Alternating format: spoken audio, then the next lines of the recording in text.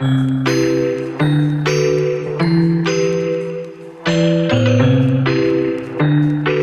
Fit and Focus, Wellness for Busy Women, the podcast where we dive into the world of health and well-being tailored specifically for women who are juggling demands of both career and family.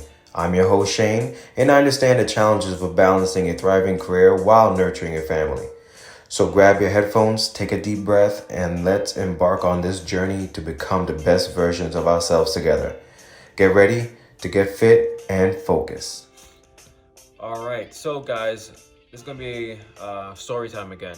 I have a client. She's in her 60s, and I could tell right away something was off, even though she said, "Oh, I'm okay." But not say I was prying, but I was asking, "Are you sure?" And she said that she hasn't been sleeping well.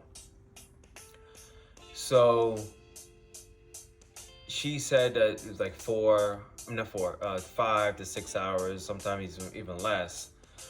And as we get older, we do need more sleep. All right, I feel like as we get older, as we're young, babies, toddlers, whatever, we need tons of sleep, close to 10, 12 hours, 14, whatever it is. But as we get older, we need more rest, okay? Of course, 6 to 8 is normal when we're in the middle. But anyway, so she retired, and the way she retired though is like she just stopped working. And we were talking about things. She says her main concern is Alzheimer's. Now, can you get Alzheimer's if you're not getting adequate sleep? I honestly don't know. I haven't looked into it. There's probably definitely other factors, hereditary, all these different kind of things. Me personally, I feel like the brain is just like the muscle. It's just like a muscle. If you don't use it, you'll lose it. And I've seen another situation where a client's girlfriend, was in her 60s, and she retired herself, and she eventually began to just watch TV, not do anything, not really train her brain at all. So finally, she starts showing signs of dementia and so on and so forth. And now it's at a point where she had to go to her home. Now, this kind of sidetracking what the main story, what I'm trying to say, talk about retirement, my belief in how you should retire.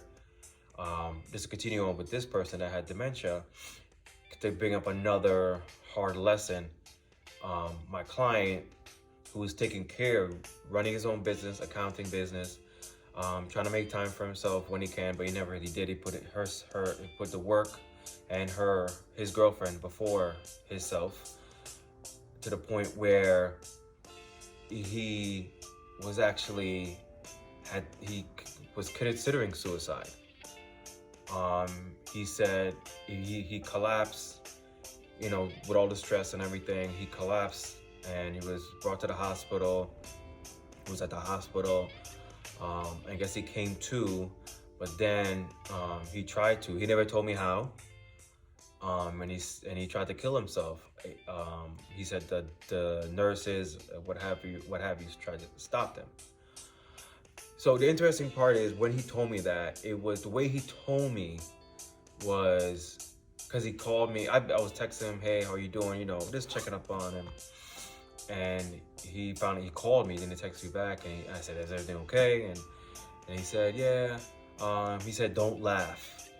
And that's when he said, he told me that he tried to commit suicide. I just find that strange for you to say, but I guess it's, his first reaction to say something like that, "Don't laugh," but, but that, by him telling me that, and the lesson why I'm telling you that is being I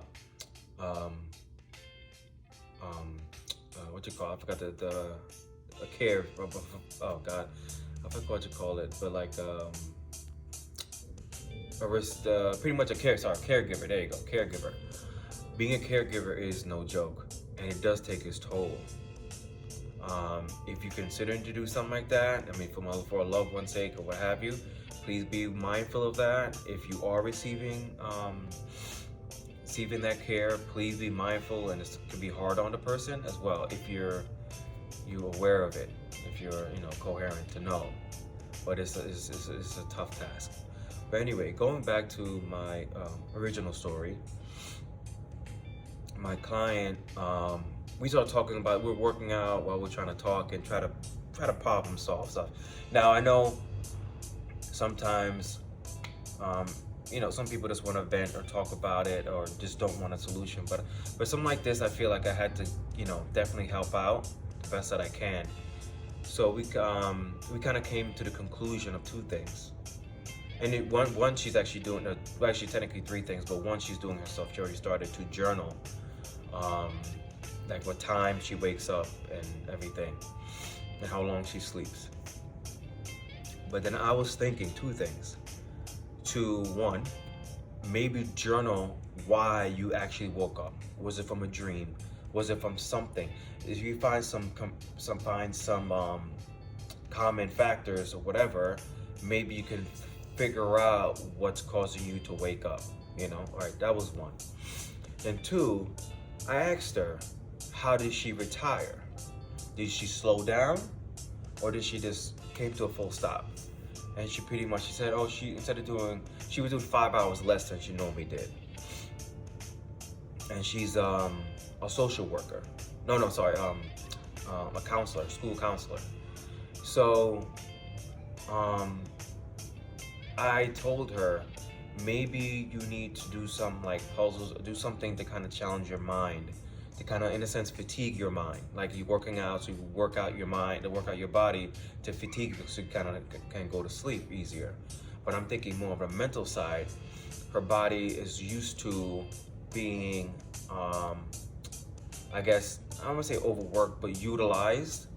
I think it may be, she said that she does Sudoku, but it pales in comparison what she was doing before, So anyway, I told her that, so she's gonna try that. I mean, I hope it really works, because like I said, I feel like when you retire, you can't just stop right away. Stop like what you call it, cold turkey.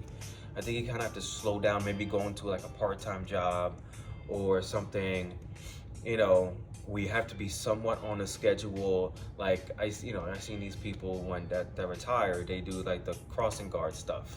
You have to be there at a certain time. It's not too strenuous, too much, but it gives you something to, in a sense, plan for, look forward to, those kind of things. I mean, maybe something like that won't be enough. But if you have certain activities you can do, to help slowly, gradually wean yourself off the sense of responsibility. You know what I'm saying? That could definitely help with retirement, in my opinion. And then I'm noticing a lot of times when it comes to retirement, there's a lot of time you have to kind of think about things. And that's when I think that you have to kind of maybe talk to somebody, seek some type of help, because sometimes we put work in front of us so much that we kind of overlook problems that we've been having for such a long period of time. Like stresses from work, stresses from situations we just, whatever, let me just pile on some more work, instead of actually changing or handling that problem. We just like put our thought under the rug. And then eventually when we retire, that's when everything kind of comes out. And that's what one of the problems someone else I know is having. She's retired and now it's anxiety, depression, and all this kind of stuff's going on. So all I'm saying is, I mean, when it comes to someone like that with anxiety and depression, I think you definitely need to handle the situation right away, going to talk to somebody when you can. But then also the people that are just, retiring, full stop, or what have you, maybe doing a part-time job, picking up another activity. There's tons of stuff you can, do nowadays. Maybe being something online or something like that, doing some telehealth stuff, or in her case, maybe she could do some like side counseling or stuff like that to kind of